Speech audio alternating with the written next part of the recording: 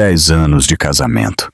Eu acreditava ter tudo: um marido brilhante, Juliano Martins, uma família política influente que parecia sempre me adorar, e uma carreira invejável como diretora de marketing na Império do Sol, o grupo de moda que meu pai havia construído com o suor de sua testa. Eu vivia imersa nessa vida satisfatória, até uma tarde de sexta-feira em que tudo desabou com uma única mensagem de texto. Eu presidia a reunião de estratégia para o último trimestre do ano quando meu celular, sobre a mesa de mogno, vibrou em silêncio. Era de Renata, minha melhor amiga desde a faculdade. "Marina, onde você está? É urgente." Eu franzi a testa. Fiz um sinal para minha secretária continuar com a apresentação e saí discretamente da sala. Liguei de volta para Renata. Sua voz do outro lado da linha soava estranhamente urgente. "Renata, o que está acontecendo? Por que tanta pressa?" "Marina, escute com calma. Seu marido, Juliano, não deveria estar em uma viagem de negócios em Fortaleza?" Meu coração deu um salto. "Do que você está falando? Ele me ligou de manhã para dizer que havia chegado bem." "Não, Marina." A voz de Renata estava à beira do choro. "Minha prima trabalha na companhia aérea.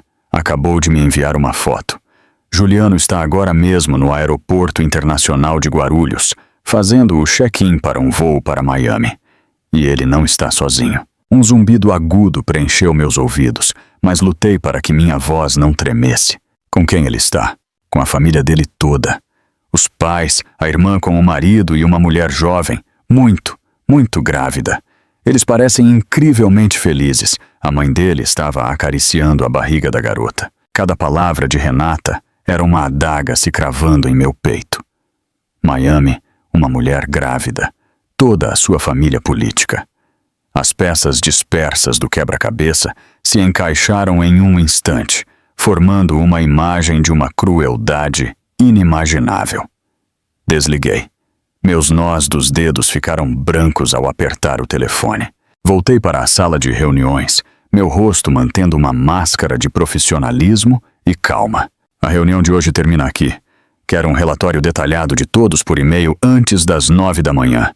Podem se retirar." Minha voz era firme, sem traço de emoção.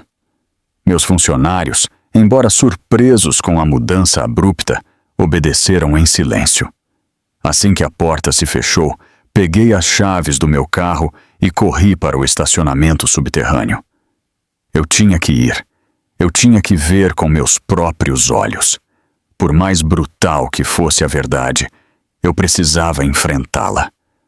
O carro voava pelas ruas congestionadas de São Paulo, mas meu mundo estava submerso em um silêncio assustador. O que eu tinha feito de errado nestes 10 anos? Eu havia entregado meu coração à sua família, tratando seus pais como se fossem os meus. Após a morte do meu pai, eles haviam sido minha âncora emocional. Eu havia assumido a responsabilidade pela Império do Sol, trabalhando lado a lado com Juliano para fazer o grupo crescer, para que ele se sentisse orgulhoso de sua esposa. Não tínhamos filhos. Era minha maior tristeza, mas Juliano sempre me consolava dizendo que não importava. Acontece que tudo era mentira. Não é que não importava para ele, é que ele já havia encontrado outra pessoa para lhe dar um filho. O aeroporto era um formigueiro de gente e barulho. Coloquei um boné de beisebol, cobri o rosto com óculos escuros e uma máscara, e me misturei à multidão. Eu os encontrei na área de embarque da classe executiva. Lá estava a família Martins, reunida em um círculo de felicidade radiante. Lá estava Juliano, o homem com quem eu dormia todas as noites, com a mão protetora sobre o ombro de uma mulher jovem e bonita, cujo ventre era uma montanha. Minha sogra, que sempre me pegava pela mão e me pedia para cuidar da minha saúde, agora oferecia àquela mulher um copo de leite quente com uma ternura infinita. Meu sogro, a quem eu respeitava como um pai, conversava animadamente com a família de sua filha. Eles eram uma família perfeita e feliz. E naquela imagem, eu era uma completa estranha. Eu observei em silêncio à distância a forma como Juliano olhava para aquela mulher. Um olhar que eu havia recebido uma vez, mas que não tinha visto novamente em muito, muito tempo. Um olhar cheio de amor, adoração e esperança. Ele se inclinou para sussurrar algo em seu ouvido, e ela sorriu amplamente, apoiando a cabeça em seu ombro com um gesto sedutor. A cena não me fez gritar, nem perder a razão. Simplesmente esfriou meu coração até transformá-lo em um bloco de gelo. A traição de uma única pessoa é dolorosa o suficiente, mas isso era uma traição de todas as pessoas que eu amava e em quem mais confiava. Juntos, eles haviam montado uma peça de teatro perfeita, e eu era a única espectadora que não sabia de nada. Eles estavam esperando felizes por uma nova vida, o neto que minha sogra tanto ansiava. Eles não estavam indo de férias. Estavam indo para os Estados Unidos para que o bebê nascesse lá. Um plano meticulosamente preparado e aparentemente de longa duração. Não me aproximei. Não fiz uma cena. Simplesmente peguei meu celular em silêncio e tirei várias fotos de longe. Claras o suficiente para que todos os rostos fossem vistos, toda a felicidade deles. Essa seria a primeira prova. Só quando os vi passar pelo controle de segurança, eu me virei e fui embora. Nenhuma lágrima brotou, mas algo dentro de mim havia morrido por completo. 10 anos de amor, confiança e respeito, transformados em cinzas naquele mesmo aeroporto. Ao sair pela porta principal, inalei uma lufada do ar frio da noite. Eu sabia que a Marina Vargas de ontem já não existia. A partir de agora, seria uma Marina diferente. Uma Marina que recuperaria tudo o que pertencia a ela e ao seu pai, custasse o que custasse. Dirigi até nossa mansão no exclusivo bairro dos Jardins, o lugar que uma vez foi nosso lar. A casa espaçosa agora parecia vazia e estranhamente fria. O aroma dos lírios que eu tanto gostava ainda flutuava no ar, mas já não me trazia paz, mas me sufocava como uma zombaria. Desde a grande foto do nosso casamento na sala até os chinelos de Juliano, arrumadamente colocados na entrada, cada objeto da casa era um testemunho de uma mentira cruel. Não me permiti fraquejar. Subi diretamente para o escritório do segundo andar, onde as coisas mais importantes eram guardadas. Abri o sólido cofre que meu pai havia instalado anos atrás. Dentro, além de algumas joias, estavam todas as escrituras de propriedade, os contratos e, o mais importante, o testamento do meu pai e o certificado das minhas ações na Império do Sol. Meu pai, em vida, sempre me ensinara a ser uma mulher forte e independente, a saber me defender em qualquer situação. Talvez, pressentindo algo, ele havia preparado tudo com o máximo cuidado. Ele havia me deixado a maior parte das ações do grupo. Juliano possuía apenas uma quantidade simbólica, suficiente para manter seu posto no conselho de administração. Meu pai disse que era o presente de casamento dele para mim e um escudo que me protegeria por toda a vida. Só agora eu compreendia o profundo significado de suas palavras. Peguei todos os documentos importantes e os organizei cuidadosamente em uma maleta de couro. Em seguida, sentei na escrivaninha, liguei o laptop e fiz a primeira ligação. Liguei para o advogado Robles, o jurista em quem meu pai mais confiava em vida e em quem eu também tinha fé absoluta. Ele respondeu quase imediatamente. Sua voz, como sempre, era cálida e serena. Marina, sou Robles.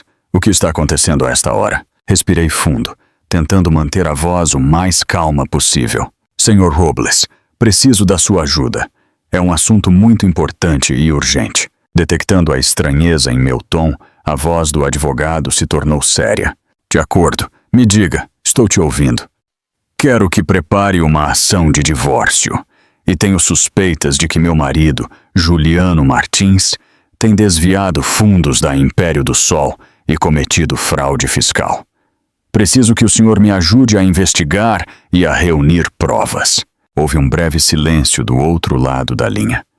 O advogado Robles devia estar muito surpreso. Ele havia sido testemunha dos nossos inícios. Ele até foi o representante legal em nosso casamento. Marina, o que exatamente aconteceu? Não será um mal-entendido entre vocês? Não é nenhum mal-entendido, respondi. Minha voz estava várias camadas mais fria. Ele tem outra mulher, e em breve eles vão ter um filho. Toda a família dele tem me enganado e a levou para os Estados Unidos para que ela dê à luz. Eu mesma os vi no aeroporto esta tarde. Ouvi o profundo suspiro do advogado. Entendo. Que noite inesperada. Lembre-se, primeiro se acalme. Deixe tudo comigo. Acima de tudo, não deixe que eles saibam que você descobriu. Haja com normalidade.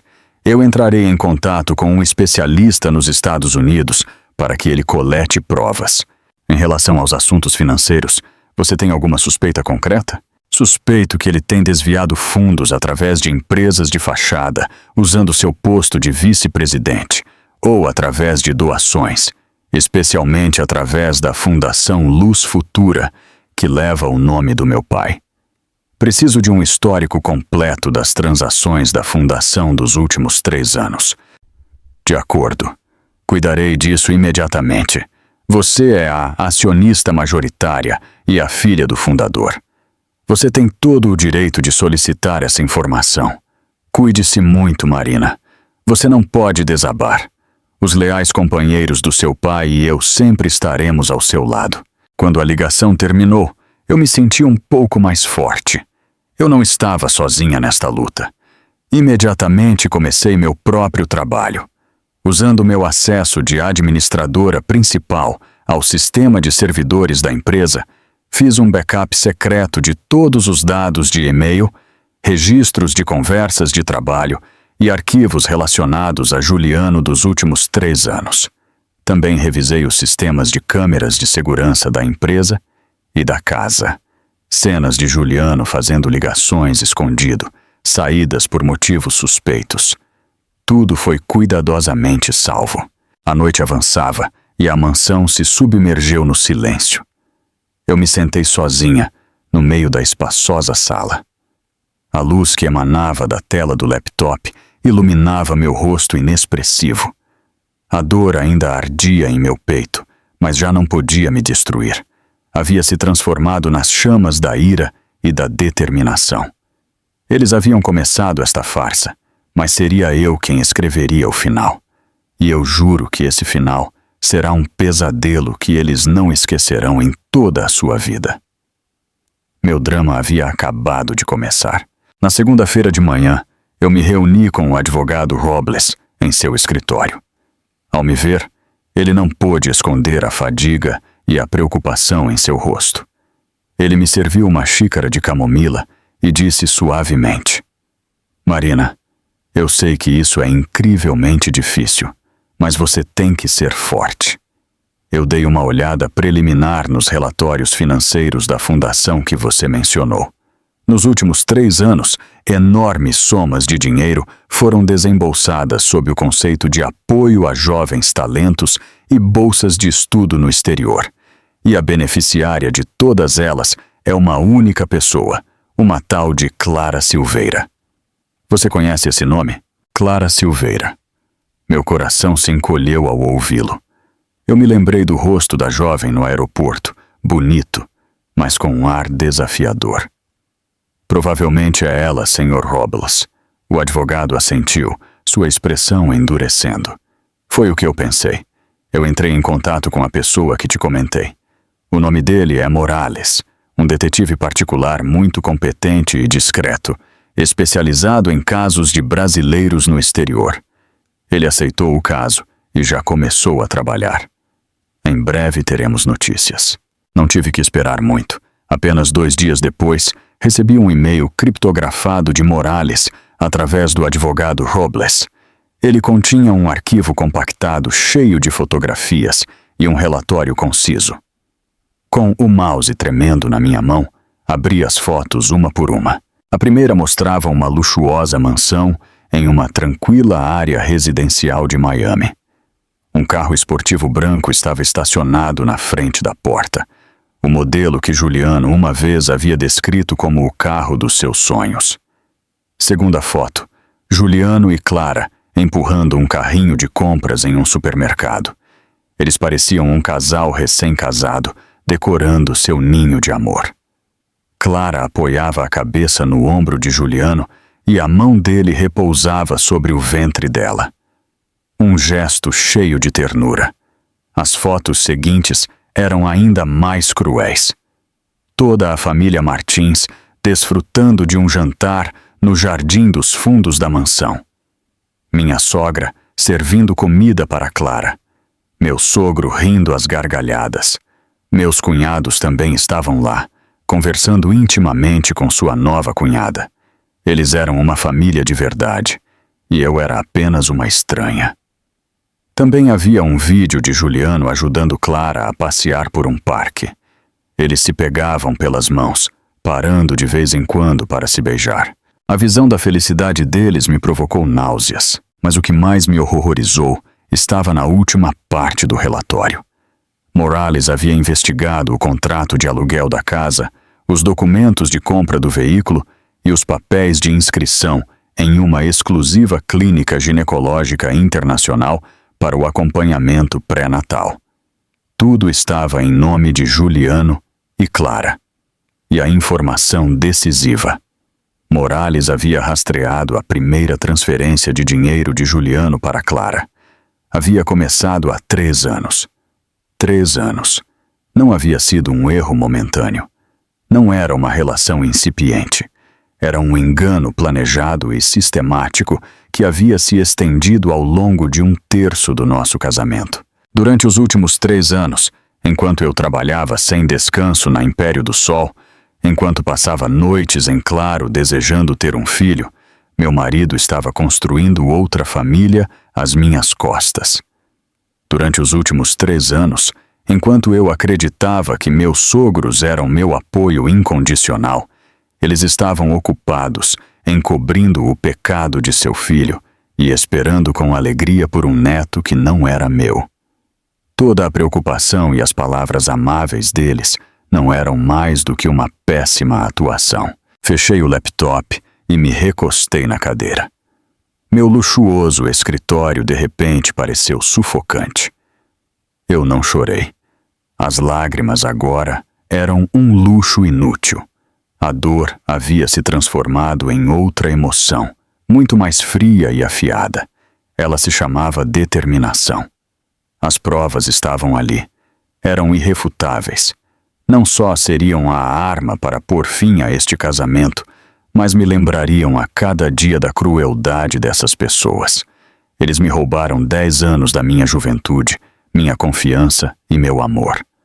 Agora eu ia recuperar tudo o que era meu e tudo o que eles deviam ao meu pai. Alguns dias depois, enquanto tentava afogar minhas mágoas no trabalho, meu celular de mesa tocou. Era uma videochamada da minha sogra. Ao ver seu rosto sorridente na tela, uma onda de náusea subiu pela minha garganta, mas rapidamente recuperei a compostura, respirei fundo e, esboçando um sorriso radiante, atendi. Oi, sogra, sou Marina. Estão todos bem? Claro que sim, filha. Estamos maravilhosamente bem, disse, com seu habitual tom carinhoso. O ar aqui é tão puro e agradável. Liguei para saber como você estava. Sozinha em casa. Não estará trabalhando demais? Te vejo um pouco pálida. Atuando perfeitamente, levei a mão à bochecha. Sim, com o fechamento do ano há muito trabalho, mas não se preocupe. Estou me alimentando bem. Ela suspirou, me olhando com olhos cheios de compaixão. Filha, o trabalho é importante, mas a família é mais. Vocês já estão casados há 10 anos. Já está na hora de pensar em ter um bebê. Seu sogro e eu só esperamos o dia de poder abraçar um neto. Por que você não faz uma coisa? Deixa o trabalho um pouco de lado e vem passar uns dias com a gente. Descansa, muda de ares. E a tecnologia médica aqui é muito boa. Quem sabe se não teremos uma boa notícia? Ao ouvi-la, eu quis soltar uma gargalhada. para quem ela estava atuando. Ela sabia perfeitamente por que eu já não precisava me esforçar. O neto que ela tanto esperava já estava crescendo no ventre de outra mulher, na mesma casa onde ela estava hospedada. Sua insistência era apenas uma desculpa para justificar a iminente chegada daquele bebê. Um teatro perfeito. Eu me esforcei para mostrar um sorriso triste. Sim, sogra, eu também desejo isso com todas as minhas forças. Talvez o destino ainda não tenha querido. Assim que terminar este projeto, farei outro check-up completo. Nesse momento, meu sogro apareceu na tela. Com seu habitual sorriso afável, ele me cumprimentou com a mão. Marina, sou eu. Com Juliano fora nessa viagem de trabalho tão difícil, você tem que se cuidar muito em casa. Não se esforce demais. Sim, sogro, estou bem. Vocês também se cuidem muito. Outra mentira descarada. Viagem de trabalho. A família dele, desde o mais velho até o mais jovem, eram todos atores excepcionais. Juntos, eles encobriam um pecado. Juntos, eles pisoteavam meus sentimentos e minha confiança. Eles acreditavam que eu era uma tola que se deixava enganar facilmente com palavras doces e falsas preocupações. Quando a ligação terminou, o sorriso desapareceu do meu rosto instantaneamente. Levantei e me aproximei da janela, observando o movimento dos carros lá embaixo. A hipocrisia deles me repugnava. Durante 10 anos, eu havia vivido entre lobos com pele de cordeiro. Eles fingiam cuidar de mim e me amar, mas pelas minhas costas se preparavam para me dilacerar. Eu já tinha visto o suficiente desta peça. Agora era a minha vez de baixar o pano. Mas antes de fazer isso, eu me certificaria de que cada um dos atores desta farsa pagasse um preço muito, muito alto por seu papel. Antes que minha aversão à minha família política pudesse se acalmar, outra lâmina atravessou meu coração. Esta era mais afiada e cruel, forjada com o legado do meu próprio pai. Naquela manhã, o advogado Robles me ligou para seu escritório com uma expressão de uma gravidade sem precedentes. Ele deixou uma grossa pasta sobre sua escrivaninha. Marina, sente-se. Prepare-se para o que você vai ver. Ele abriu a pasta e apontou para o detalhamento dos gastos da Fundação Luz Futura. Como já sabíamos, Juliano Martins tem enviado dinheiro para essa mulher, Clara Silveira, sob o pretexto de bolsas. Mas a escala é muito maior do que imaginávamos. Não estamos falando de algumas centenas de milhares de reais. São milhões, transferidos em pequenas quantias ao longo de 3 anos. Milhões de reais. Senti como se alguém estivesse esmagando meu coração. Esta fundação era a menina dos olhos do meu pai. Ele a criou para ajudar crianças sem recursos, mas com vontade de estudar, para levar a luz do conhecimento a áreas desfavorecidas. E Juliano, o genro em quem meu pai tanto confiou, se atreveu a transformá-la em seu caixa eletrônico pessoal para manter sua amante. Com o sangue e o suor do meu pai, com o dinheiro dos doadores, com fundos que deveriam ser usados para comprar livros e construir escolas, ele havia comprado para ela uma casa de luxo e um carro caro. Maldito seja! Eu cerrei os dentes. Pela primeira vez eu não pude reprimir minha ira. Não é humano. O advogado Robles pôs a mão no meu ombro para me consolar. Se acalme. A ira não resolve problemas. Precisamos de uma mente fria. E isto é o mais importante. Ele deslizou outra pilha de papéis em minha direção. Esta manhã, a secretária de Juliano enviou isto para seu escritório. Diz que precisa da sua assinatura urgentemente para fechar a auditoria de fim de ano. Dê uma olhada. Peguei os documentos. A capa dizia educadamente: confirmação de transações para a auditoria contábil. O conteúdo eram cláusulas aparentemente normais que confirmavam os investimentos e transações da empresa durante o último exercício fiscal. Nada suspeito. Um trâmite rotineiro que era feito todos os anos. Há algum problema, Sr. Robles? Perguntei. O advogado passou para a última página e apontou para uma letra minúscula em um anexo. Aqui, anexo ao contrato, cláusula 7, HTCNS. Não te parece familiar? Eu fechei os olhos para ver melhor. Senti que meu coração parou. Era o número do contrato de cessão e delegação de ações que meu pai havia redigido para mim. A letra pequena dizia: a signatária para a reestruturação e expansão do investimento da Império do Sol aceita ceder incondicionalmente 20 de suas ações da Império do Sol ao conselheiro Juliano Martins. Este era o verdadeiro objetivo dele. Ele não queria apenas o dinheiro. Ele queria engolir a Império do Sol inteira. Todo o legado do meu pai. Ele estava usando minha confiança e meus hábitos de trabalho para me armar uma armadilha sutil. Uma armadilha projetada para que eu assinasse um documento que me faria perder tudo. Se eu não estivesse alerta, se eu tivesse apenas folheado e assinado como de costume, tudo teria acabado. Um suor frio escorreu pela minha nuca. Que plano diabólico! Disse o advogado Robles com desprezo. Ele te subestimou. Te viu como uma menina fácil de enganar. Ele já teria tudo calculado. Com estes 20 TODI, somados às ações existentes dele e ao apoio de outros acionistas que ele tenha comprado, ele teria força suficiente para te expulsar do conselho de administração. Eu olhei fixamente para o papel. O ódio dentro de mim atingiu seu ponto máximo. Mas então, uma ideia cruzou minha mente. Ele queria me armar uma armadilha? Perfeito. Eu transformaria essa mesma armadilha em seu túmulo. Levantei a vista e olhei diretamente nos olhos do advogado Robles. Minha voz era estranhamente calma. Sr. Robles, vamos usar isso. Eu vou assinar o contrato dele. O que você está dizendo, Marina? Você enlouqueceu? Ele exclamou, surpreso. Se você assinar isso, você vai perder tudo. Não, Sr. Robles. Eu esbocei um sorriso gélido. Eu vou assinar, mas não agora. Eu vou dizer a ele que preciso revisar com mais calma. Eu vou ganhar tempo. Enquanto isso, prepararemos outro contrato. Com a mesma forma, mas com um conteúdo diametralmente oposto. Se ele quer brincar com as palavras, eu vou brincar com ele. Se ele tenta me enganar, eu vou enganá-lo. Quando chegar o momento, não serei eu quem assinará uma sentença de morte. Será ele. Ao ler a determinação em meus olhos, a surpresa do advogado Robles se transformou em compreensão.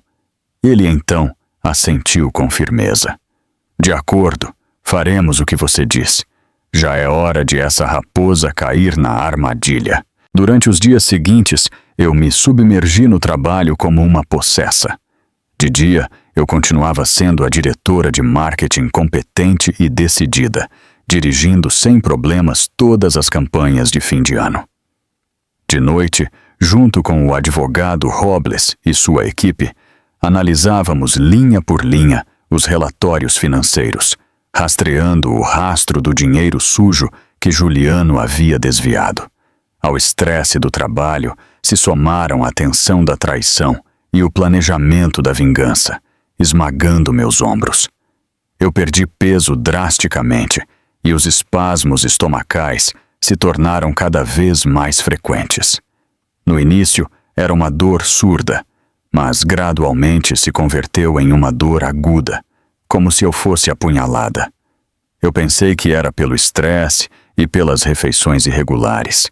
Então tomei alguns antiácidos e voltei ao trabalho. Mas em uma quarta-feira de manhã, enquanto eu apresentava os planos de ano novo para toda a equipe de diretores, justo quando eu falava da estratégia de expansão em mercados estrangeiros, na qual eu tanto havia trabalhado, uma dor aguda, como uma faca me atravessando o estômago, me atingiu.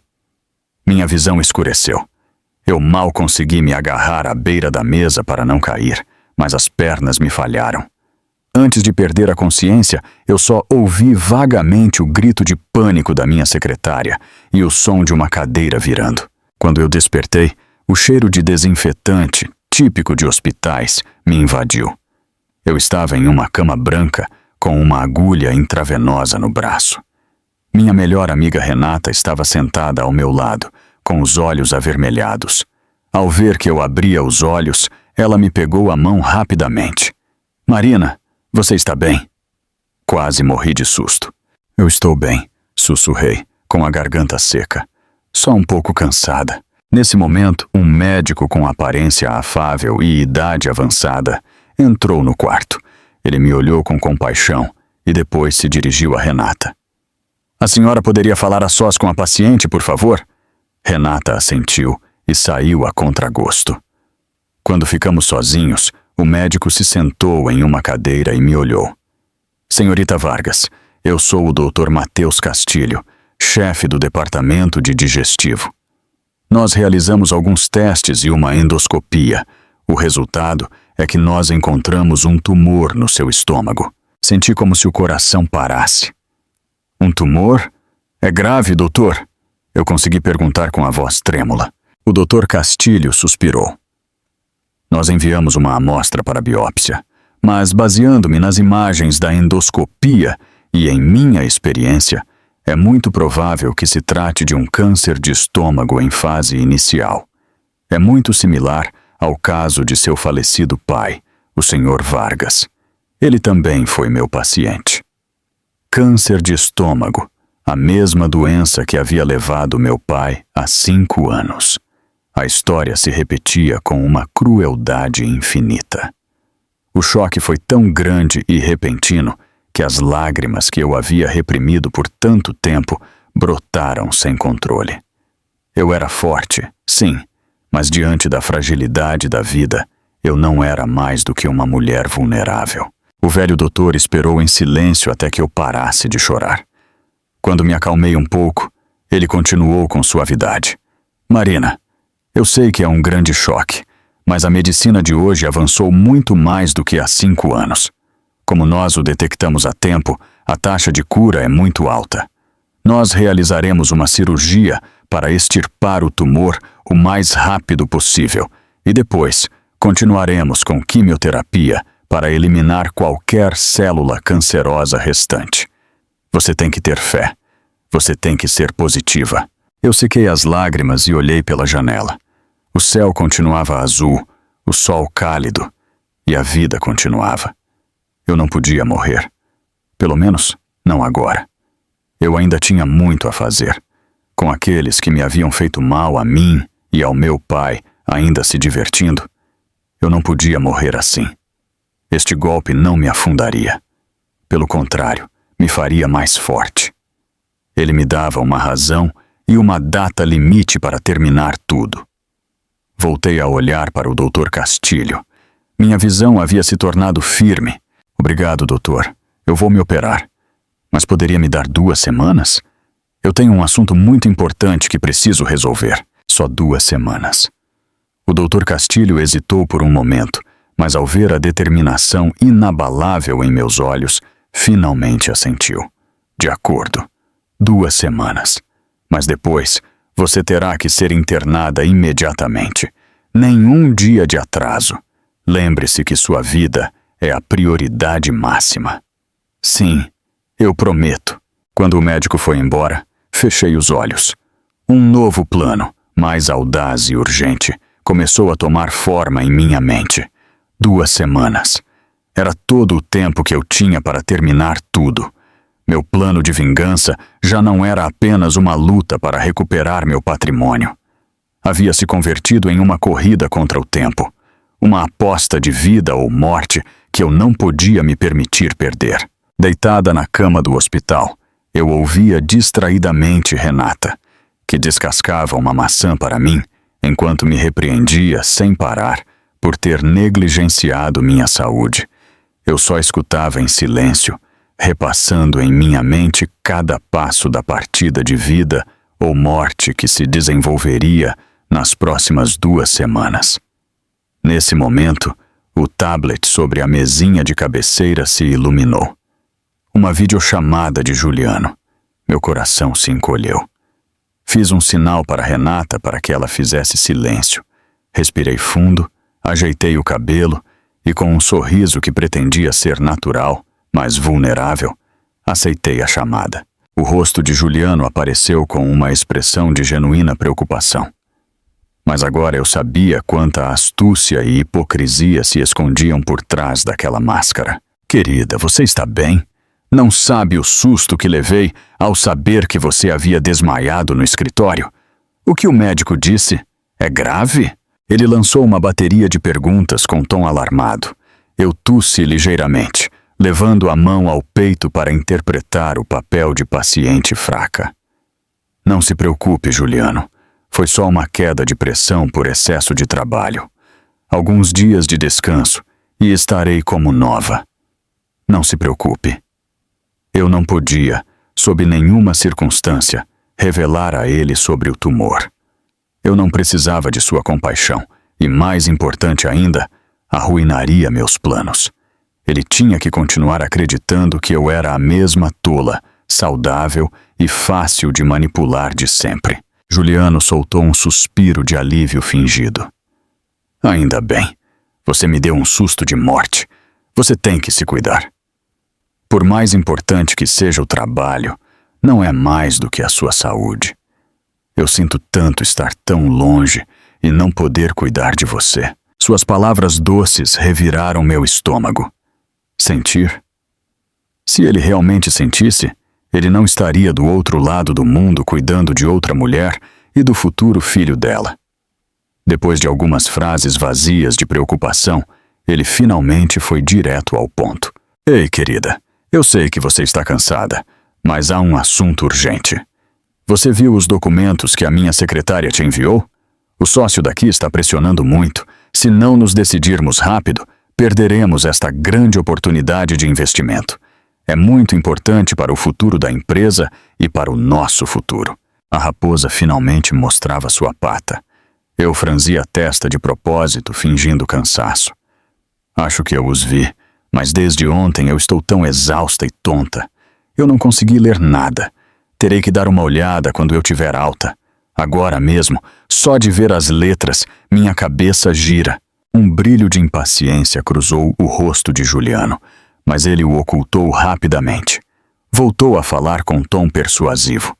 Eu sei que você está cansada, mas faça um esforço por mim, sim? Você só tem que assinar na última página. Eu revisei todas as outras cláusulas e não há nenhum problema. Faça isso pelo nosso futuro, por favor. Pelo nosso futuro? Quão feliz eu teria ficado em ouvir essas palavras antes. Agora elas só me davam nojo.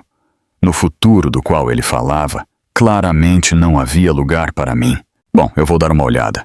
Respondi com um ligeiro tom de reprovação. Com o quão mal estou, e você me preocupando com coisas da empresa, parece que você não se importa com nada. Claro que não, querida. Você é o que mais me importa, ele se apressou em dizer. Você quer que eu ligue para minha mãe para que ela vá cuidar de você por alguns dias? Ele se atreveu até mesmo a mencionar a mãe dele. Que atuação conjunta tão perfeita. Neguei com a cabeça. Não, não precisa. Renata está aqui. Sua mãe teria uma viagem muito longa. Coitada. Deixa ela descansar. Após algumas indicações sem sentido, a ligação terminou. Assim que a tela escureceu, meu sorriso desapareceu. Eu me senti completamente exausta. Não pela doença, mas pelo esforço de manter aquela farsa insuportável. Juliano estava impaciente. Era um bom sinal. O peixe estava começando a morder a isca. Eu o faria esperar um pouco mais, para que ele ficasse mais nervoso. Quanto mais ansioso ele estivesse, mais fácil seria para ele cometer um erro. Enquanto eu me recuperava em casa após a alta, Renata praticamente se mudou comigo para cuidar de mim. Mais do que meus problemas de saúde física, ela se preocupava 10 vezes mais com meu estado mental. Ela me via pálida e exausta, mas com um olhar sempre calculista. E ela sofria por mim. Uma tarde, Renata se sentou ao meu lado e me disse seriamente: Marina, eu sei que você tem um plano, e eu te apoio. Mas como você vai suportar tudo isso sozinha? Você precisa de mais ajuda. Eu tenho o advogado Robles, respondi. O Sr. Robles só pode te ajudar com a parte legal. E o resto? Você não pensou que quando tudo vier à tona, a família Martins usará a mídia para te difamar, para te transformar de vítima em carrasco? Eles têm dinheiro e contatos.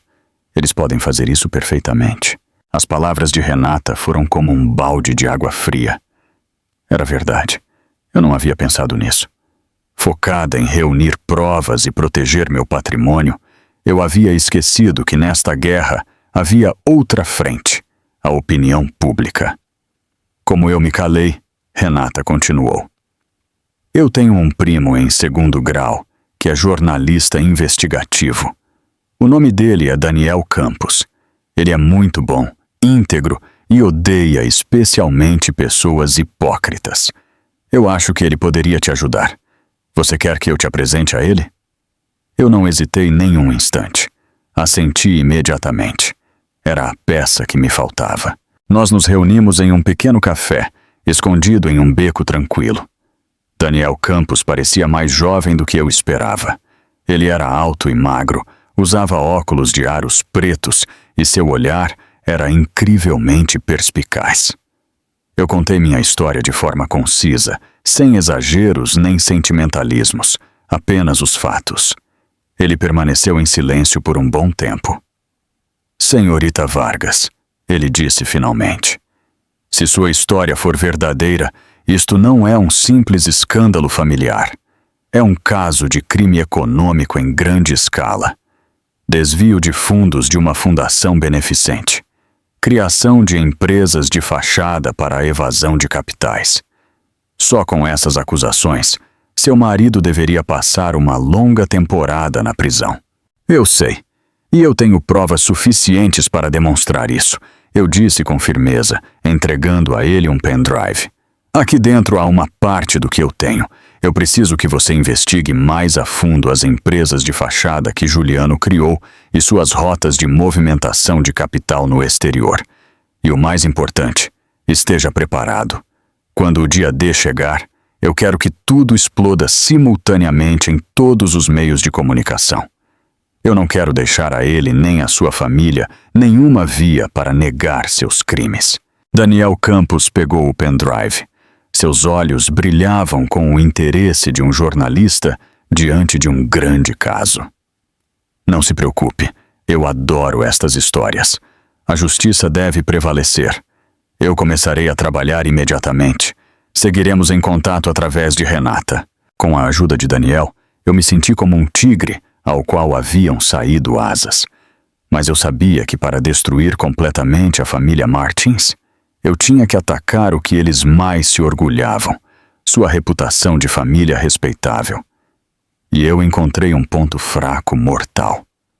Através dos velhos contatos do meu pai, o advogado Robles descobriu um segredo chocante sobre meu sogro. Antes de se casar com minha sogra, ele havia mantido uma relação muito profunda com uma mulher chamada Aurora Diniz. Ele a abandonou, estando ela grávida, para se casar com minha sogra, que vinha de uma família de melhor posição. O bebê finalmente se perdeu. Durante décadas, a senhora Diniz havia vivido sozinha e em silêncio em um modesto apartamento. Eu decidi ir vê-la. Era uma tarde chuvosa. Eu encontrei o velho edifício onde Aurora Diniz vivia. A mulher que me abriu a porta tinha o cabelo grisalho e o rosto sulcado pelas rugas do tempo, mas seus olhos continuavam sendo claros e bonitos. Ela me olhou com desconfiança. Eu não rodeei. Bom dia, senhora. Meu nome é Marina Vargas. Eu sou a nora de Arturo Martins. Ao ouvir esse nome, o rosto da senhora Diniz mudou. Ela tentou fechar a porta, mas eu a detive rapidamente com a mão. Um momento, por favor. Eu não venho com más intenções. Eu também sou uma vítima dessa família. Eu só quero recuperar a justiça para mim e talvez para a senhora. Talvez a sinceridade em meus olhos a comoveu. Ela me deixou entrar. A casa era pequena, mas estava impecavelmente arrumada. Enquanto eu contava minha história, a senhora Diniz permaneceu em silêncio, secando de vez em quando as lágrimas que corriam silenciosamente por suas bochechas. Quando eu terminei, Ela abriu uma velha caixa de madeira e pegou uma pilha de cartas amareladas e algumas fotos em preto e branco. Isso é tudo o que aquele homem me deixou, ela disse. Juramentos de amor eterno, promessas de um futuro feliz. No final, só restaram o abandono e a dor. Ela as entregou para mim. Leve-as. Se isso ajudar a desmascarar a verdadeira face dele, minhas décadas de sacrifício não terão sido em vão. Eu aceitei as lembranças dela. Meu coração se sentiu pesado. Eu a agradeci com uma inclinação de cabeça e saí. Lá fora, a chuva havia cessado. Com as cartas de amor do meu sogro na mão, eu soube que havia conseguido outra arma afiada. Eu não só ia enterrar socialmente Juliano, mas ia arrancar de toda a sua família a máscara de hipocrisia que eles haviam usado durante décadas. No dia seguinte, recebi uma ligação do Dr. Castilho. Os resultados da biópsia estavam prontos. Dirigi sozinha até o hospital. Minha mente estava estranhamente em calma. Eu estava preparada para o pior. E quando o Dr. Castilho, com expressão compassiva, me confirmou em voz baixa o diagnóstico inicial de adenocarcinoma gástrico, estágio inicial, eu simplesmente assenti. Não houve lágrimas nem pânico, apenas uma realidade fria e clara. O relógio havia começado sua contagem regressiva de 14 dias. Naquela noite eu contei a Renata. Eu não podia continuar escondendo dela. Sentadas na silenciosa sala da mansão, eu mostrei a ela o relatório médico. Ela olhou fixamente para ele e depois olhou para mim, seus olhos cheios de confusão e incredulidade. Não, não pode ser, ela gaguejou. Marina, isso tem que ser um erro, certo? Com certeza eles se equivocaram no hospital. Ela amassou o papel e caiu no choro. Você tem que se operar agora. Nada mais importa. Sua saúde é o mais importante. Que se dane esse canalha. Que se dane a empresa. Primeiro você tem que viver. Eu peguei as mãos trêmulas dela e as apertei com força. Renata, me escute. Eu vou me operar. Eu prometi ao doutor. Mas não agora. Por quê? Ela gritou exasperada. Por que não agora? Você percebe que está arriscando a sua vida? Precisamente por isso. Eu a olhei diretamente nos olhos. Minha voz estava firme e clara. Precisamente por isso, eu não posso entrar em um centro cirúrgico assim. Renata, a Império do Sol não é só um patrimônio. É o trabalho de toda a vida do meu pai. Eu não posso permitir que caia nas mãos de um sem-vergonha que me enganou e desviou os fundos da fundação do meu pai para manter sua amante.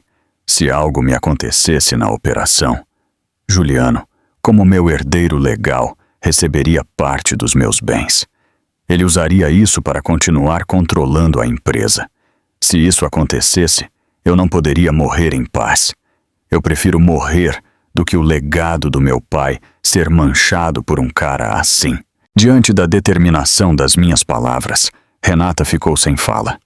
Ela me olhou e, talvez pela primeira vez, viu as chamas que ardiam em meus olhos. Elas não eram as chamas de um ódio cego, mas as da responsabilidade e da proteção. Eu só tenho 2 semanas, eu continuei, baixando a voz.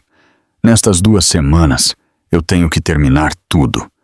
Eu tenho que fazer com que Juliano volte, enganá-lo para que ele assine os papéis que o despojem de todos os seus direitos. Só depois de proteger minhas ações, eu entrarei tranquila no centro cirúrgico. Aconteça o que acontecer, eu terei cumprido com o meu dever como filha. Você entende? Renata, sem dizer uma palavra, me abraçou e desabou em soluços. Eu dei umas palmadinhas nas costas dela. Eu sabia que ela me amava e se preocupava comigo. Mas nesta partida, a única que podia jogar era eu. Era uma aposta de vida ou morte, com a minha vida e o legado do meu pai em jogo. e eu não tinha outra opção a não ser vencer. Naquela noite, depois que Renata adormeceu, eu me sentei sozinha no escritório do meu pai. Abri uma gaveta e peguei uma velha foto dele. Nela, meu pai sorria radiante, com um olhar afável e cálido. Acariciei seu rosto na foto. Papai, eu sussurrei, confie em mim. Eu não vou te decepcionar. Eu protegerei a Império do Sol. Eu protegerei tudo o que você deixou, custe o que custar. O primeiro e mais crucial passo nesta aposta de vida ou morte era proteger o coração da Império do Sol, as ações que meu pai havia me legado. Se Juliano as conseguisse, todo o resto perderia seu sentido. Eu não podia enfrentá-lo diretamente neste assunto. Ele tinha a vantagem de ser meu marido legal. Eu precisava de um movimento surpresa, um que ele não esperaria em absoluto. Na manhã seguinte, eu organizei uma reunião secreta com o advogado Robles. O lugar não foi nem a empresa, nem o escritório dele, mas uma mansão em um resort nos arredores, uma antiga propriedade do meu pai. Eu só convidei 3 pessoas, o Sr. Jimenez, diretor de fábrica, e um dos fundadores que havia seguido meu pai desde o início, a Sra. Alonso, diretora financeira, famosa por sua integridade e prudência, e o Sr. Torres, diretor de logística, um homem leal e reto. Eles não só eram acionistas importantes, mas também pessoas que eu respeitava, que me haviam visto crescer. Quando os 3 entraram, todos tinham uma expressão de preocupação. Eles haviam ouvido que eu havia desmaiado e pensavam que eu os havia convocado por um problema de saúde. Eu os fiz sentar. Eu mesma lhes servi chá e fui direta ao ponto. Senhores, eu os reuni hoje por um assunto do qual depende a sobrevivência da Império do Sol. Eu coloquei sobre a mesa as provas irrefutáveis, as fotos de Juliano e sua amante em Miami, os extratos bancários dos milhões de reais desviados da fundação e, por último, a confirmação de auditoria falsificada com o anexo para ceder 20% das minhas ações. Ao verem aquilo, os rostos dos 3 mudaram. A preocupação se converteu em estupefação e depois em ira. O Sr. Jimenez, o mais temperamental, bateu na mesa com força. Que desgraçado!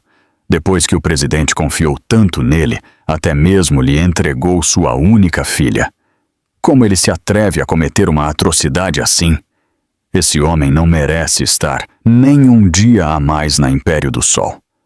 A Sra. Alonso, mais calma, tinha um brilho gélido em seus olhos afiados. É um método incrivelmente astuto e malvado. Ele deve ter planejado isso há muito tempo. Se você não tivesse descoberto a tempo, Marina, a Império do Sol já poderia ter mudado de mãos. Esperei a ira dele se acalmar um pouco e lhes expliquei meu plano. Eu sei que Juliano Martins não vai desistir desta conspiração. Em breve terei que me ausentar durante um tempo para um tratamento médico. Durante esse tempo, eu não posso permitir que o patrimônio do meu pai corra perigo. Por isso, mesmo que seja um pedido muito arriscado, eu não tenho outra opção. Eu quero pedir um favor a vocês. Eu fiz uma pausa e olhei para cada um diretamente nos olhos. Eu quero que, temporariamente, vocês custodiem 30 das minhas ações da Império do Sol, sob a supervisão do advogado Robles, em forma de um contrato de fideicomisso com plena validade legal. Desta maneira, minhas ações deixarão de ser o objetivo de Juliano, e o que é mais importante, o poder central do grupo permanecerá nas mãos das pessoas mais leais ao meu pai. Os 3 ficaram em silêncio. Eles compreendiam a gravidade do assunto. Receber uma quantidade tão enorme de ações não só era uma honra, mas também uma pesada responsabilidade que envolvia riscos. Nesse momento, o advogado Robles interveio e explicou detalhadamente as cláusulas legais do contrato de fideicomisso, garantindo que tudo seria transparente e seguro para ambas as partes. Após um longo tempo de reflexão, o Sr. Torres, o mais quieto dos 3, falou primeiro. Eu me lembro que o presidente Vargas nos disse uma vez que a Império do Sol era a vida dele e que Marina era o coração dele. Agora, tanto a vida quanto o coração dele estão ameaçados. Nós lhe devemos muito. Nós não temos nenhuma razão para ficarmos de braços cruzados. O Sr. Jimenez e a Sra. Alonso assentiram em uníssono. De acordo, nós aceitamos. Você, Marina, não se preocupe com nada e se concentre no seu tratamento. Nós cuidaremos disto.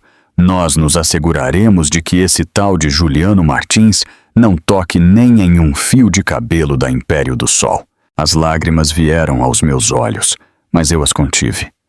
Levantei e fiz uma profunda reverência diante dos três. Obrigada. Eu nunca esquecerei esta demonstração de lealdade. O contrato de fideicomisso foi assinado ali mesmo. Com o documento assinado em minhas mãos, eu senti como se um peso enorme tivesse sido tirado das minhas costas. A primeira e mais sólida muralha para proteger o legado do meu pai estava levantada. Agora, eu podia passar para a seguinte fase com tranquilidade. Armar a armadilha e esperar que o peixe grande nadasse diretamente para a rede. Com a muralha para proteger a Império do Sol firmemente erguida, comecei a tecer a rede. Eu não tinha muito tempo. Eu tinha que agir com rapidez e decisão. O teatro da minha falsa falência havia começado oficialmente. A primeira coisa que eu fiz foi adotar deliberadamente uma aparência abatida. Eu não precisei atuar. A doença em meu corpo, as noites de insônia e o estresse extremo já haviam gravado em meu rosto o esgotamento e a fraqueza. Eu parei de me maquiar e escolhi ternos largos e de cores escuras para esconder meu corpo cada vez mais magro. Toda vez que eu ia para a empresa, eu andava com passos pesados, com olheiras profundas e o olhar perdido. A imagem da diretora executiva sempre vibrante havia desaparecido por completo, substituída pela de uma mulher esmagada por uma pesada carga. Em seguida, comecei a espalhar boatos, não de forma descarada. Bastavam poucas palavras lançadas de forma descuidada, para a pessoa certa no momento oportuno. Em um almoço com alguns sócios de longa data, conhecidos por sua loquacidade, eu deixei escapar um lamento sobre um importante contrato de exportação para a Europa que havia dado errado, afetando gravemente o fluxo de caixa da empresa. Eu disse com expressão triste que estava buscando financiamento por toda parte, mas que a situação não era boa. Só com isso, o boato de que a Império do Sol estava em crise financeira se espalhou como fogo pelo mundo empresarial. Para adicionar verossimilhança, sob a supervisão da Sra. Alonso, eu ordenei ao departamento financeiro que atrasasse alguns pagamentos não essenciais a fornecedores menores. Claro, a Sra. Alonso se reuniu com eles em segredo para explicar a situação e garantir os direitos deles. Mas para os de fora, era um sinal inequívoco de que a Império do Sol estava ficando sem fundos.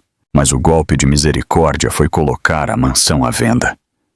Eu liguei para a maior imobiliária da cidade e pedi a eles para colocarem à venda a mansão do nosso casamento a um preço quase 30 abaixo do mercado, como uma venda urgente.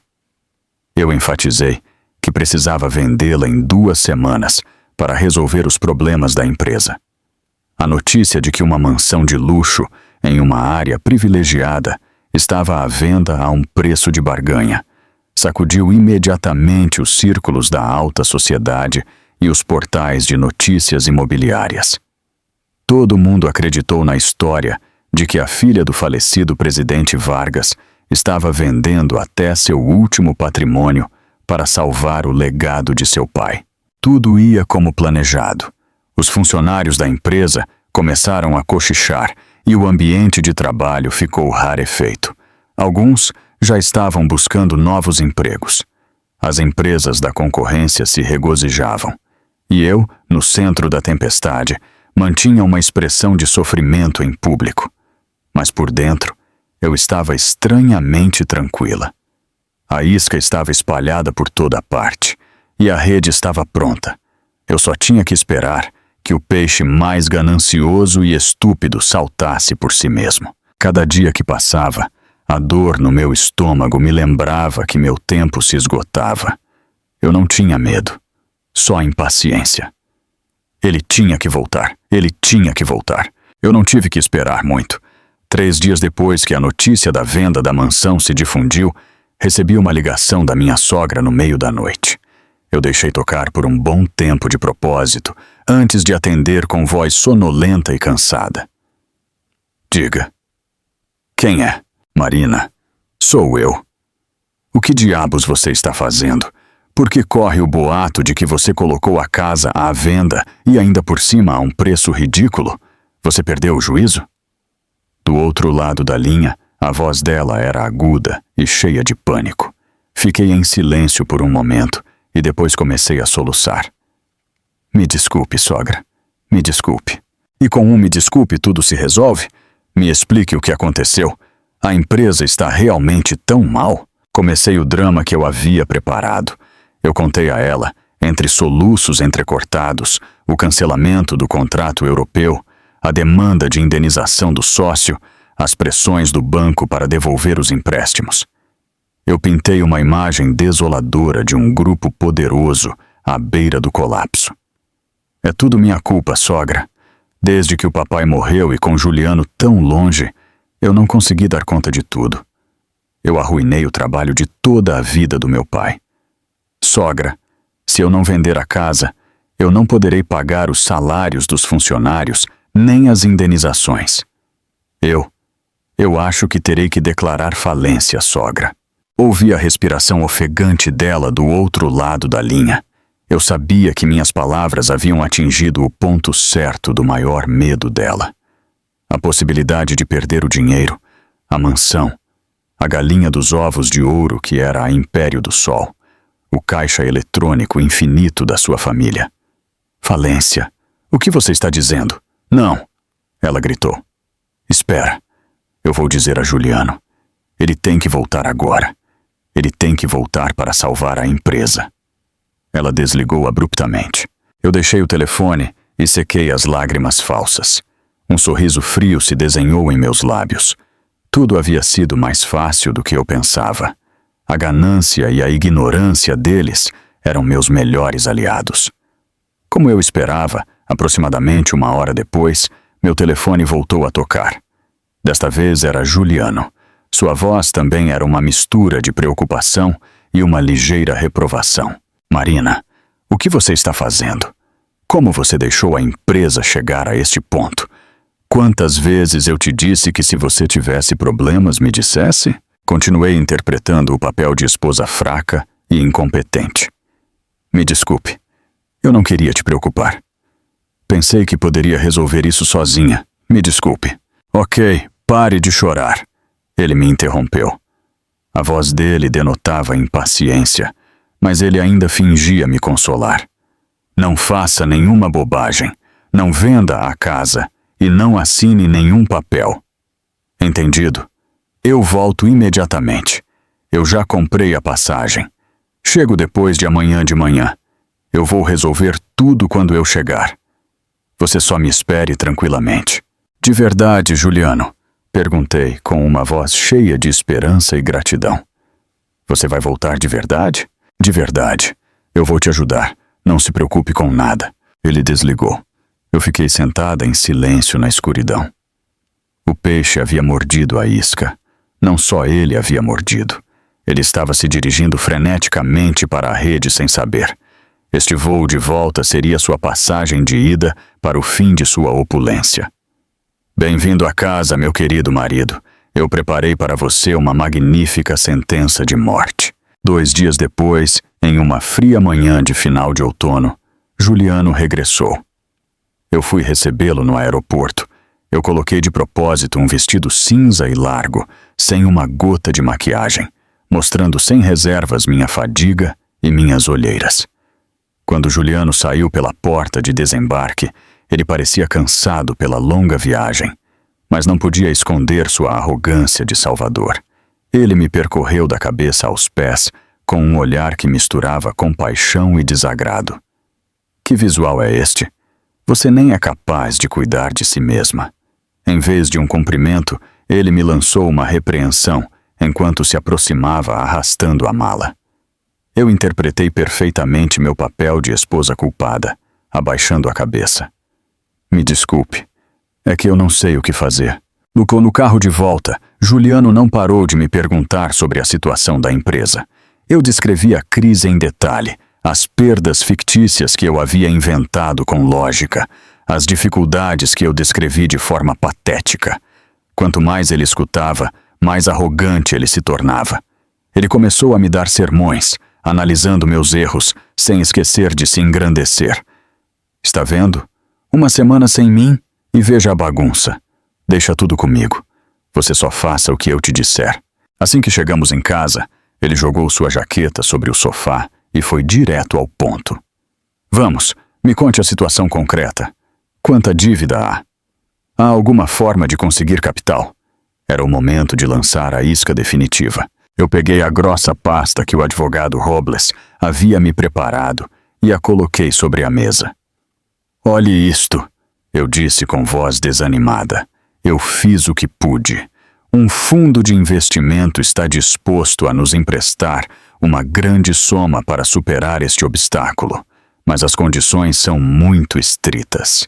Eles pedem garantias e que você, como vice-presidente, se torne responsável pessoalmente. Juliano pegou a pasta e começou a folheá-la. Os documentos com dezenas de páginas estavam redigidos de forma muito profissional, com cláusulas complexas e terminologia financeira difícil que o advogado Robles havia incluído de propósito para confundi-lo. Reestruturação de dívida, contrato de fiança, acordo de garantia patrimonial. Juliano murmurava os grandes títulos enquanto lia. Ele só deu uma olhada na primeira parte, com as cláusulas de empréstimo de aparência plausível, sem prestar a mínima atenção aos anexos do final. O que eles pedem? Perguntou, sem tirar os olhos dos papéis. Eles pedem como garantia todos os nossos bens comuns. A mansão, os carros, as contas de poupança, tudo, eu disse com expressão de dor.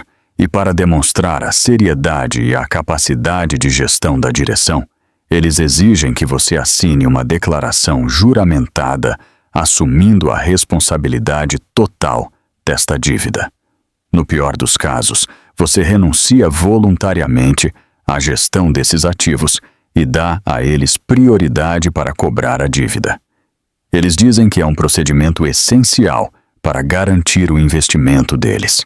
Juliano franziu a testa, pensativo. A ganância e o excesso de confiança haviam obscurecido seu julgamento. Em seus olhos, ele só via o enorme empréstimo que tinha à frente e a oportunidade de salvar a Império do Sol e, com isso, conseguir todo o poder.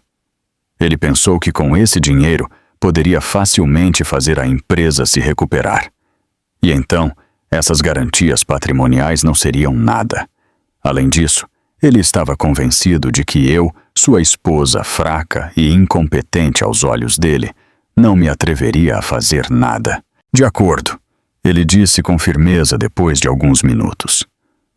Se com isso conseguimos o dinheiro para salvar a empresa, vamos em frente. Estes bens nós recuperaremos com juros mais tarde. Me passe uma caneta. Com a mão trêmula, eu lhe entreguei a caneta tinteiro que meu pai havia me dado de presente. Eu o observei assinar, sem hesitar, seu nome em cada página dos contratos, acordos e declarações juramentadas. Sua assinatura, naqueles documentos legais que eram, na realidade, sua sentença de morte, era clara e enérgica, como prova de sua estupidez e sua ganância sem limites. Quando ele largou a caneta, eu prendi a respiração. Estava feito. A armadilha havia se fechado. Bom, ele disse, recostando-se satisfeito na cadeira. Agora que eu estou aqui, você descanse. Eu assenti e peguei a pasta em silêncio. Ao tocar o papel, ainda quente por sua assinatura, um arrepio percorreu minha nuca. Ele acreditava ter assinado um passaporte para o topo do poder, quando na realidade ele havia acabado de assinar a sentença que enterraria sua vida. Uma semana depois do retorno de Juliano, eu me internei no hospital. A cirurgia estava programada para a segunda-feira seguinte de manhã. Nos últimos 10 dias da minha aposta de vida ou morte, aproveitei o tempo junto com o advogado Robles, Daniel Campos e os leais companheiros do meu pai para finalizar todos os preparativos. Tudo estava pronto. Eu só esperava o dia D. Naquela manhã, o céu de São Paulo estava nublado e caía uma chuva fina. Renata me levou cedo para o hospital. Ao colocar o pijama de paciente no quarto, eu me senti estranhamente leve, como se a pesada carga que havia me esmagado estivesse prestes a ser liberada. Eu peguei a mão de Renata e lhe dei minhas últimas instruções. Renata, sim. Se algo me acontecer, por favor, cuide da Fundação Luz Futura. Não deixe que ela volte a ser utilizada para fins malvados. Não diga bobagens, me repreendeu Renata com os olhos avermelhados. Você vai ficar bem. A cirurgia será um sucesso. Eu te esperarei lá fora. Eu sei. Eu também acredito nisso. Eu sorri. Mas antes de entrar no centro cirúrgico, eu preciso que você envie uma mensagem. Eu dei a ela o número do advogado Robles. A mensagem era: comecem. Enquanto eu era levada na maca para o centro cirúrgico, eu vi Juliano no final do corredor. Eu suponho que ele havia vindo para interpretar seu papel de marido devoto até o final. Ele se aproximou, me pegou a mão e fez cara de preocupação. Ânimo, querida. Eu cuido de tudo lá fora. Você não se preocupe com nada e se recupere. Eu o olhei diretamente nos olhos, com uma profundidade que ele nunca poderia entender. Sim, eu deixo tudo com você. A pesada porta do centro cirúrgico se fechou, me isolando do mundo exterior. A deslumbrante luz da lâmpada cirúrgica me cegou, e o cheiro de anestesia começou a invadir o ar. Enquanto minha consciência se afundava em uma névoa, eu soube que no mundo exterior uma tempestade terrível havia acabado de se desencadear. Simultaneamente, no escritório do advogado, o Sr. Robles recebeu a mensagem de Renata.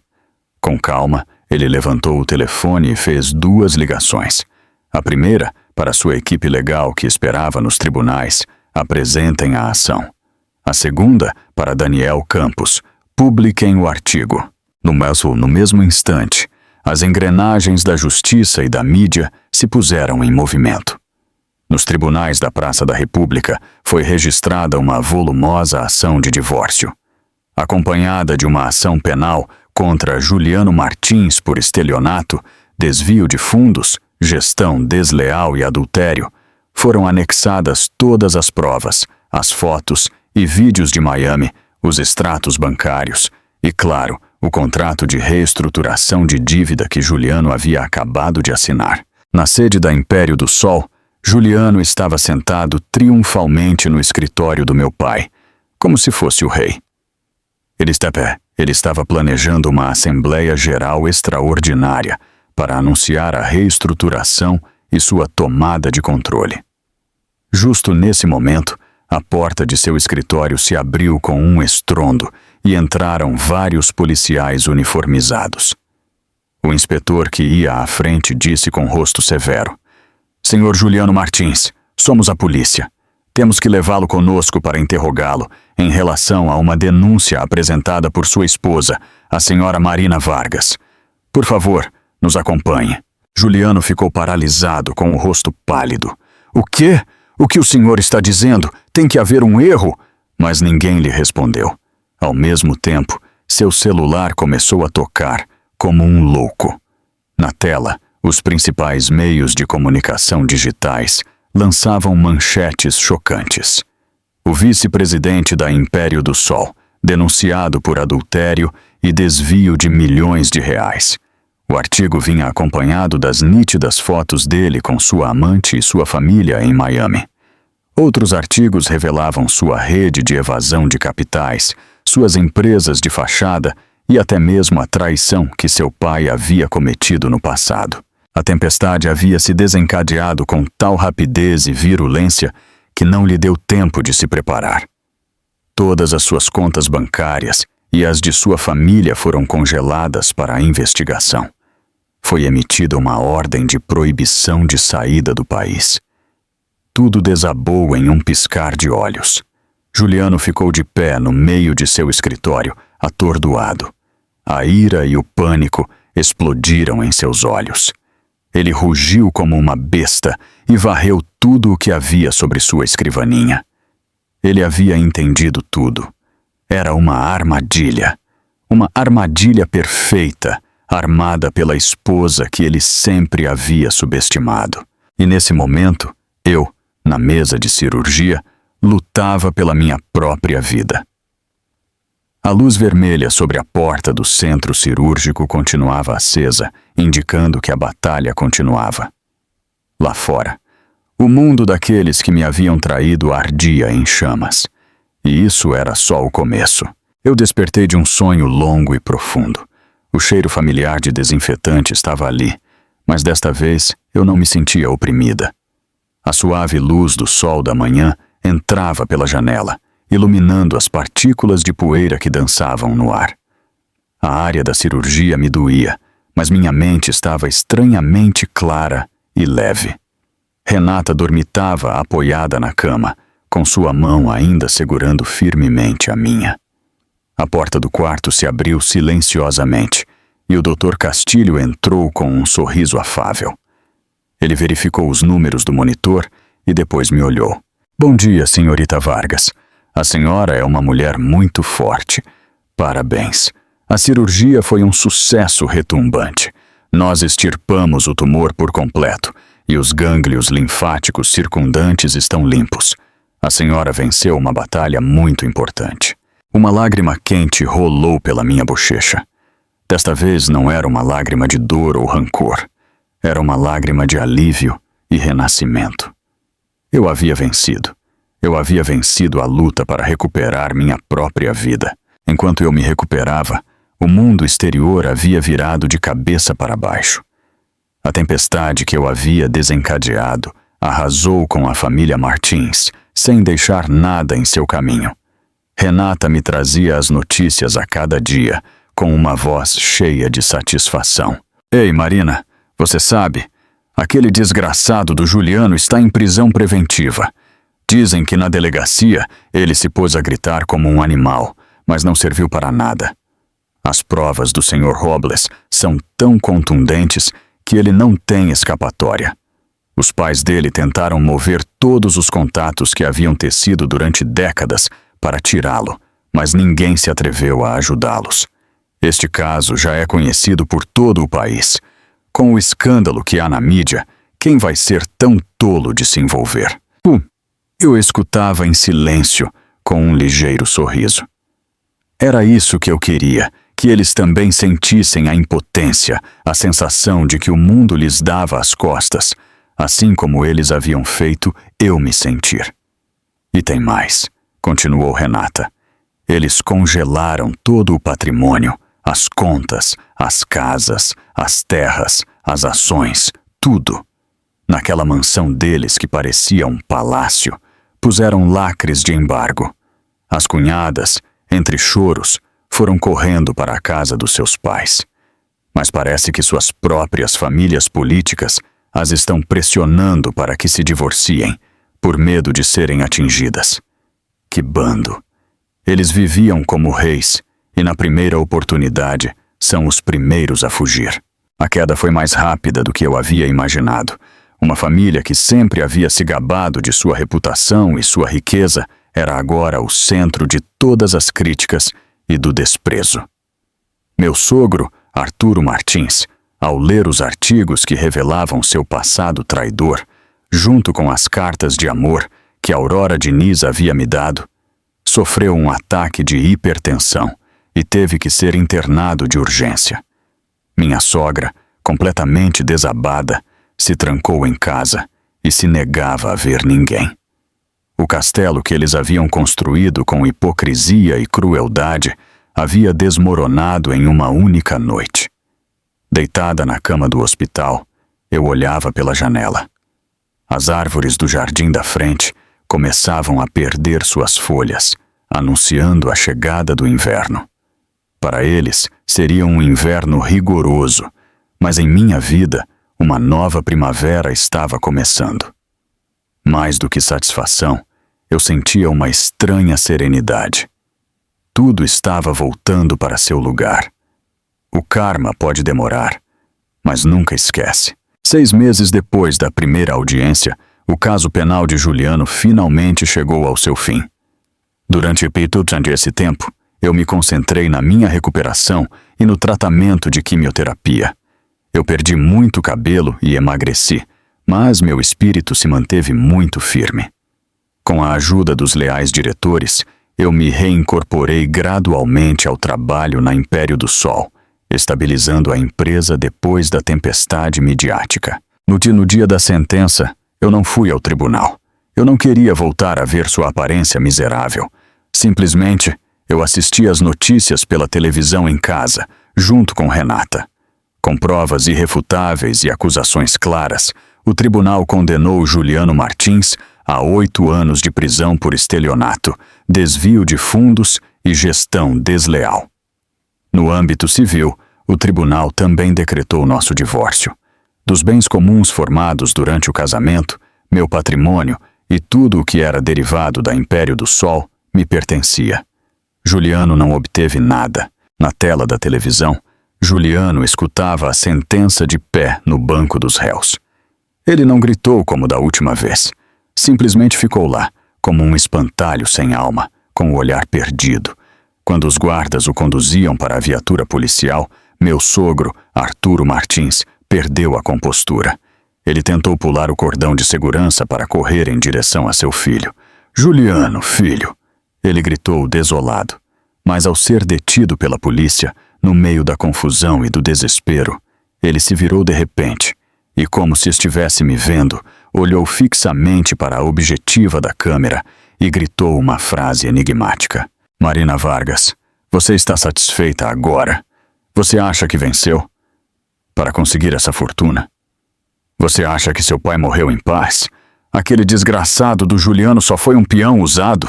Ao ouvir essas palavras através do alto-falante da televisão, eu fiquei paralisada. Renata desligou rapidamente a televisão.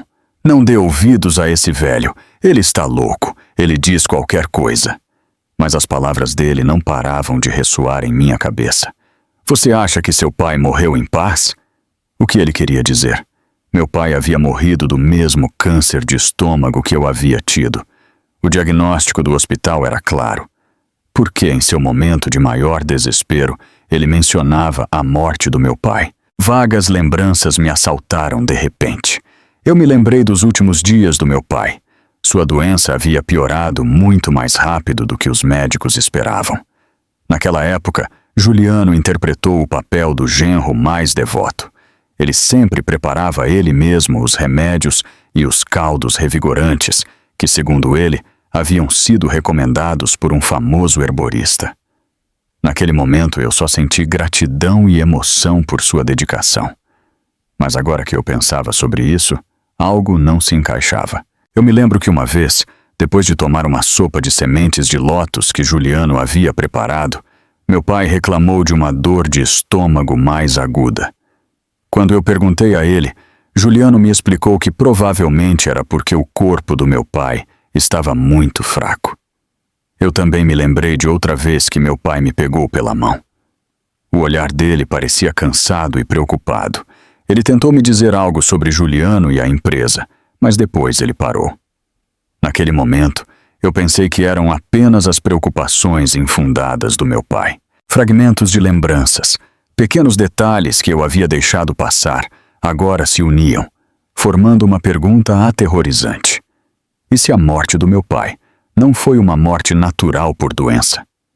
E se houve uma mão que interveio? E se essa pessoa foi justamente o genro que meu pai tanto amava e em quem tanto confiava? Eu senti um frio que gelou até os ossos, mais intenso do que quando eu descobri a traição ou quando recebi o diagnóstico de câncer. Se isso era verdade, o crime de Juliano não se limitava ao engano e ao roubo de patrimônio. Era um assassinato. Eu me levantei em um salto. Meu olhar se tornou afiado. Renata, ligue para o advogado Robles. Diga a ele para vir aqui imediatamente. É urgente. Eu acreditava que a minha guerra havia terminado, mas acontece que restava um ato final, muito mais terrível. Eu tinha que encontrar a verdade. Custasse o que custasse. Eu tinha que descobrir a verdade sobre a morte do meu pai. Epílogo. 1 ano depois. Havia passado 1 ano. Tempo suficiente para que as cicatrizes do meu corpo se atenuassem e as feridas do meu coração começassem a cicatrizar. Meu cabelo havia voltado a crescer. Não tão longo e abundante como antes, mas eu gostava deste corte bob com personalidade. Ele simbolizava uma nova eu. Eu também havia recuperado peso e, após as revisões periódicas, minha saúde estava estável. O Dr. Castilho dizia que era um milagre, que minha forte vontade de viver havia desempenhado um papel crucial na superação da doença. Após o encarceramento de Juliano, eu me converti em uma figura pública a nível nacional. Minha história, a de uma mulher traída por seu marido que sozinha lutou contra a doença e uma conspiração malvada para proteger o legado de seu pai, inspirou muitas pessoas. Os pedidos de entrevistas de televisões e jornais choveram. No início, eu os recusei, mas logo percebi que minha história podia ajudar outras mulheres que sofriam em silêncio. Eu aceitei participar de um prestigioso programa de entrevistas. Ao vivo, eu não falei de dor nem de ódio. Eu falei da jornada para recuperar a vida e o próprio valor. Eu falei da importância da independência econômica, da necessidade de ser lúcida no amor e da coragem para se defender. Minha aparência serena, meu discurso lógico e minha extraordinária força de vontade cativaram por completo a audiência. Eu deixei de ser a pobre vítima de um escândalo familiar para me converter em um símbolo de força e renascimento. A fama não me mudou, simplesmente me deu um novo caminho, uma nova missão. Eu decidi destinar uma parte considerável do meu patrimônio recuperado para criar uma fundação para apoiar mulheres empreendedoras. A fundação não só ofereceria financiamento, mas também uma equipe de advogados, psicólogos e consultores de gestão para apoiar de forma integral mulheres em dificuldades matrimoniais, ajudando-as a iniciar uma nova vida autônoma e independente. No dia da inauguração da fundação, eu subi ao palco e olhei para os rostos das centenas de mulheres que estavam lá embaixo. Seus olhos brilhavam de esperança. Eu soube que esta era a vingança mais doce, transformar minha dor em uma força para ajudar os outros. Mas em meio ao trabalho agitado e às atividades sociais, ainda havia um fantasma que atormentava minha mente. A investigação sobre a morte do meu pai, que o advogado Robles levava em segredo, havia chegado a um beco sem saída. Depois de 5 anos, quase não restavam provas materiais. O histórico médico do meu pai só registrava o curso normal de um paciente com câncer terminal. Os tônicos que Juliano lhe trazia eram impossíveis de encontrar. Tudo ficava em uma suspeita, uma dor sutil em meu coração que nunca se acalmava. Eu sabia que até que a verdade não viesse à tona, a alma do meu pai não poderia descansar em paz. E em minha vida ficaria um capítulo sem fechar. Depois de 1 ano de trabalho incessante, eu decidi me dar umas verdadeiras férias. Eu escolhi Paris, uma cidade que meu pai adorava. Eu esperava que, caminhando pelas mesmas ruas que ele, respirando o mesmo ar que ele amava, minha alma encontrasse finalmente a verdadeira paz. Uma tarde, sob um sol cor de mel, enquanto eu passeava pela margem do Sena, eu entrei em uma velha livraria escondida em um beco. O cheiro de papel antigo e de tempo me confortou. Enquanto eu folheava um livro de capas de couro sobre a arte do Renascimento, uma voz suave e grave me falou em português ao meu lado. "Com licença, você é brasileira?" Eu levantei a vista e por um instante eu fiquei paralisada.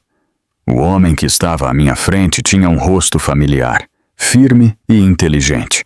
Ele, ao me ver, pareceu igualmente surpreso. Marina.